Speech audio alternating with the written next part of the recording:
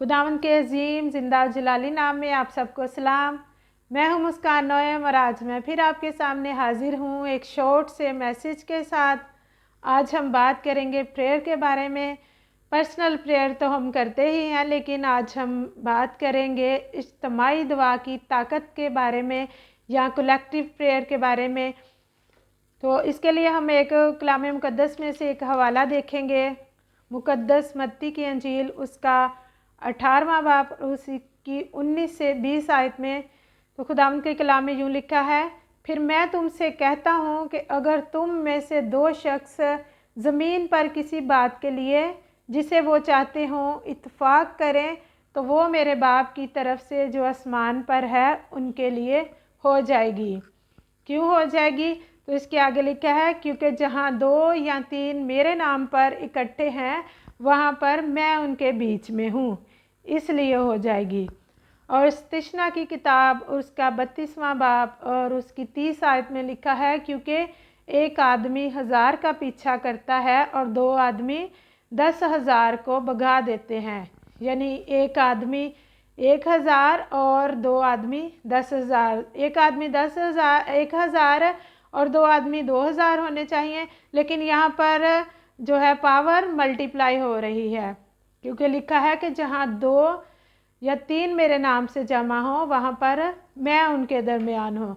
तो यहाँ पर नाम जो है वो किसी शख्स की अथॉरिटी को ज़ाहिर करता है। यहाँ पर खुदावंद यीशु मसीह के नाम की अथॉरिटी है।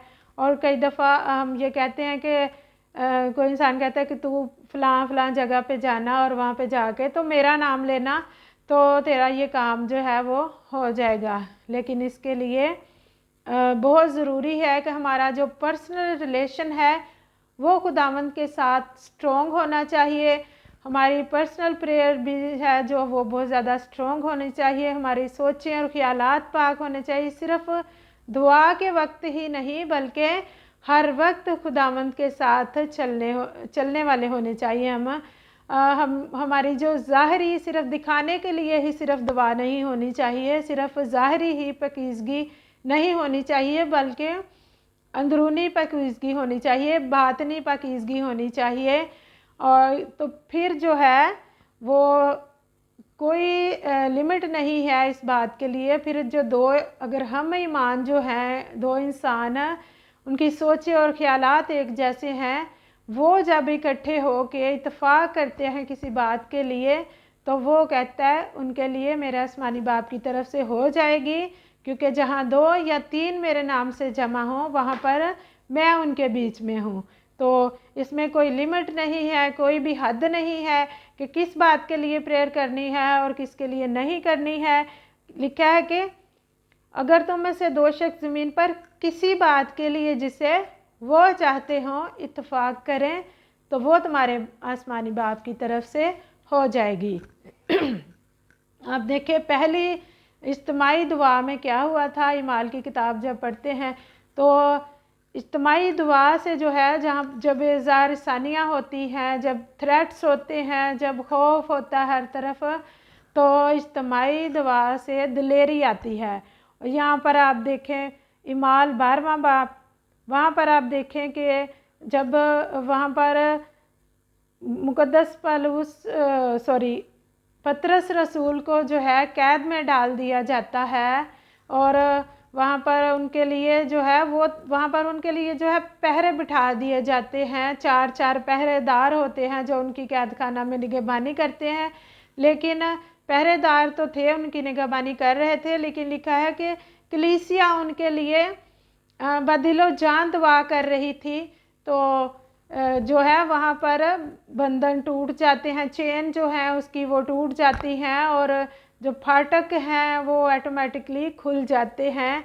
तो जब दिलेरी आती है और रूहुल कुद्दस का नज़ूल होता है इज्तिमाई दुआ से, आप ईमाल की किताब को देखेंगे तो, और दिलेरी आती है जब खुदावंद यीशु मसीह के जो शागिर्द थे या पौलुस रसूल, उनको जब कैद खाना में डाल दिया जाता है, उनको कोड़े लगाए जाते हैं, उनको मारा जाता है और उनको मना किया जाता है कि ये नाम लेकर, यीशु का नाम लेकर तुमने दोबारा से उसका नाम लेके मुनादी नहीं करनी, उसका नाम लेके कोई काम नहीं करना, क्योंकि जब वो एक जन्म के लंगड़े को ठीक करते हैं तो फिर भी उनको वहाँ पर कैद में डाला जाता है, पिटवाया जाता है।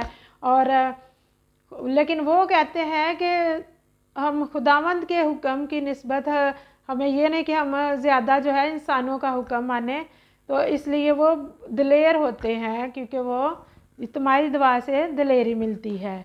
तो और ऑटोमेटिकली फाटक खुल जाते हैं। पतरस और सलास भी जब कैद में होते हैं तब भी एक भूचाल सा आता है, और वहाँ पर भी उनकी जो बेड़ियाँ हैं और जो हथकड़ियाँ हैं, जो भी चेंज होती हैं, वो खुल जाती हैं।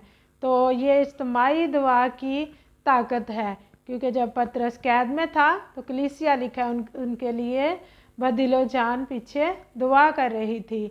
तो ये इज्तिमाई दुआ की ताकत से मुमकिन हुआ। तो इज्तिमाई दुआ की में बहुत ज़्यादा ताकत है, लेकिन इसके लिए बहुत ज़रूरी है कि हम पर्सनल तौर पर भी जो है वो दुआ में स्ट्रॉन्ग हो, खुदावंद के साथ चलने वाले हों।